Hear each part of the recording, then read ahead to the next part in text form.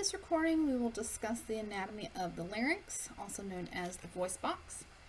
So up until this point, we have successfully moved air through your nares, your nasal cavity, down your nasopharynx, your oropharynx, and your laryngopharynx. Now we are going to take that air and move it through the larynx, which is the short tube anterior to your esophagus, so it sits right in front of. We find our vocal cords here, which create the superior and the inferior boundaries of the larynx itself. And we do have two types of epithelial tissue here. We have stratified, squamous, non-keratinized epithelial tissue. We talked about the stratified tissue protects the larynx and other portions of your respiratory tract from mechanical stress. This is superior to the vocal cords because this is a shared passageway for both air and food. The air itself might not produce a lot of friction, but food would definitely create friction every time we swallowed. And we do not want to have that friction rub a hole in your larynx, and so we have stratified tissue here. Now, inferior to your vocal cords, we have pseudostratified ciliated columnar epithelial tissue again. The cilia will propel mucus and debris up and out of the larynx. Every time you quote-unquote clear your throat, this is what's happening. Since this is not a shared passageway for food, we're not worried about mechanical stress here. Now we are more concerned with making sure debris, pathogens, things like that don't end up farther down in our respiratory tract than they have to. You have 9 separate sections of cartilage. 3 of them are unpaired, 6 of them are paired, which provide a flexible framework for the larynx itself. We also have muscles that connect it to the surrounding neck and by muscles within the larynx itself. Of note, we have your thyroid cartilage, also known as your Adam's apple. We have your cricoid cartilage and your arytenoid cartilages. Okay, and these are all composed of hyaline cartilage. The rest of the cartilages, okay, are actually elastic fibro cartilage. Okay, the elastic are good for vibrations. So we get sound production that way.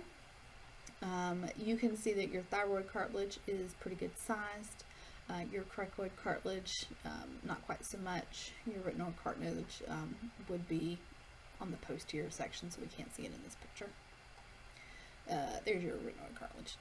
It's tiny. Okay. Now, we have your epiglottis, which, y'all, I think this looks like a tongue. That's just my opinion. I just think it looks like a tongue.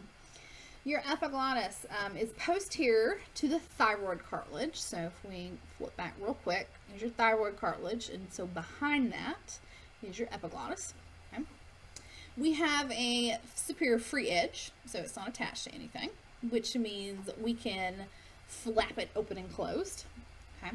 Usually your epiglottis is standing upright, which creates an opening known as your glottis. So epi would mean above the glottis, so right below that would come the glottis itself.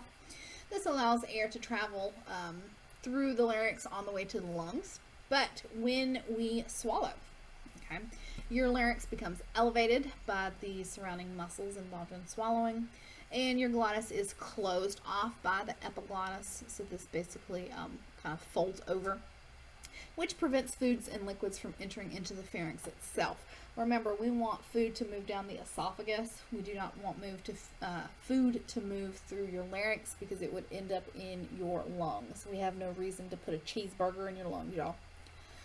We do have a cough reflex, which helps expel food and or liquids, anything else that may have gotten farther down your tube than we want, which helps prevent damage to lower parts of your respiratory tract. So if you've ever coughed and said like, oh, you know, food went down the wrong tube, okay, that's what's going on here. Okay, you have activated your cough reflex to prevent food or liquids from actually going down the wrong tube. Okay, so we've talked about cartilages. Here is, let's see, here's your epiglottis, here it is. So you can see this will kind of close off this passageway to prevent food from moving into your trachea. Instead, that food would continue down the esophagus, so that's pretty important. Now, we did mention that your larynx is also known as your voice box. Okay, we got a few things going on here. We have your vestibular folds, which are false vocal cords.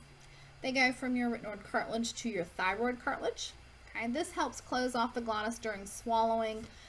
We call them false vocal cords because they do not play a role in actual sound production.